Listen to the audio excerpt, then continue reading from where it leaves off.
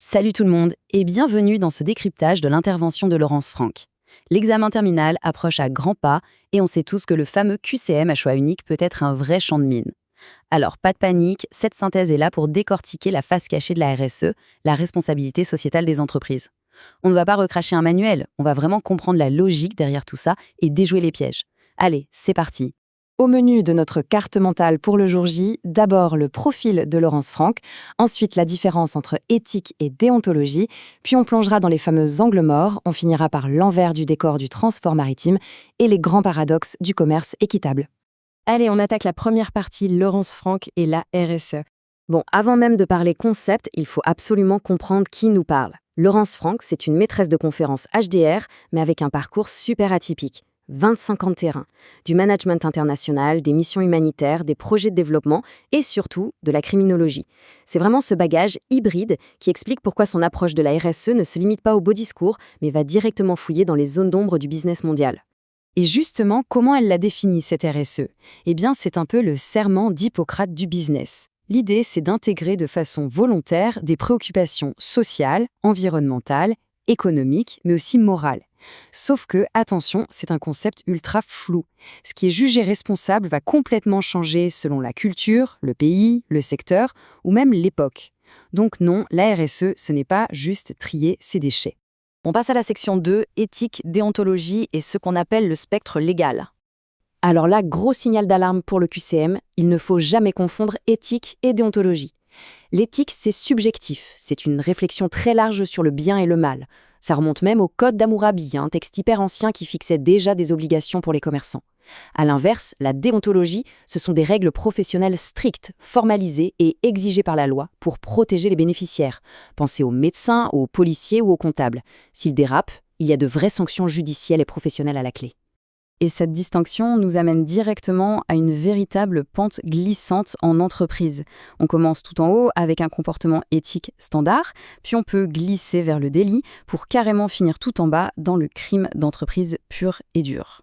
Pour bien visualiser cette case du crime, il y a un exemple incontournable, l'affaire Lafarge. On parle quand même d'une entreprise française condamnée pour avoir financé des groupes terroristes en Syrie dans le seul but de maintenir son usine ouverte. Ça montre de manière très concrète que quand la RSE s'effondre, on dépasse de très loin les simples histoires de pollution environnementale. On touche à la responsabilité morale, juridique et politique la plus grave.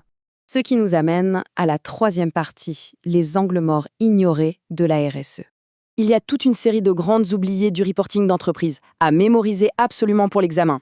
On y trouve les effets des guerres, le trafic d'êtres humains, le travail des enfants, le financement du terrorisme, mais aussi des sujets comme le bien-être animal, le marketing hypergenré, la sous-information et les fake news. Pourquoi on n'en parle presque pas ? Parce qu'avec nos chaînes de valeur mondiales et les milliers de sous-traitants, ce sont des choses super difficiles à mesurer et fatalement très faciles à cacher. C'est là qu'on frappe un paradoxe gigantesque. Les entreprises adorent communiquer sur des combats très visuels et positifs, comme sauver les tortues marines, du plastique. C'est super, évidemment, mais pendant qu'on regarde la tortue, ces fameux angles morts sociaux et criminels, beaucoup plus sombres et lointains, continuent de proliférer dans l'ombre en toute tranquillité. Allez, section 4. On va soulever le capot de la mondialisation avec l'envers du transport maritime. S'il y a un chiffre colossal à retenir pour mesurer l'ampleur du phénomène, c'est bien celui-ci. Plus de 80%. Et parfois même estimé jusqu'à 95% du commerce mondial passe par la mer. C'est littéralement la colonne vertébrale de notre économie. Mais derrière ces gigantesques navires de la marine marchande, qu'il s'agisse de porte-containers, de pétroliers, de gaziers ou même de paquebots de croisière, la réalité de ces travailleurs invisibles est brutale. Pensez-y un instant. Bruit assourdissant en continu, chaleur, vibrations extrêmes et un isolement total pendant de longs mois, sans parler des inégalités salariales délirantes. Un marin philippin peut gagner environ 2 $ de l'heure. C'est un salaire qui paraît attractif dans son pays d'origine, mais qui reste totalement dérisoire à l'échelle internationale. Et pour le QCM, gardez bien en tête ces 2 naufrages sociaux récents. D'abord, la crise du Covid, avec près de 400 000 marins coincés en mer, parfois pendant 18 mois d'affilée, pulvérisant de très loin toutes les limites légales. Ensuite, le scandale P&O en 2022, 800 marins britanniques virés sans préavis pour être remplacés par des travailleurs encore plus précaires. Le pire, c'est qu'il existe des règles. Le Code des transports, l'Organisation internationale du travail, l'Organisation maritime internationale, la Convention de 2006. Le cadre est là. Mais avec la réalité de la mondialisation, le jeu des pavillons de complaisance, les multiples nationalités à bord et la dilution des responsabilités, réussir à appliquer ces lois ressemble souvent à un véritable casse-tête. Enfin, cinquième et dernière section, commerce équitable et fonds marins. Prenons l'exemple d'un simple grain de café. Dans le circuit conventionnel, les marges des petits producteurs sont minuscules. Pour vous donner une idée du cadre de certains pays, au Honduras, un enfant peut légalement travailler à son compte dès l'âge de 10 ans.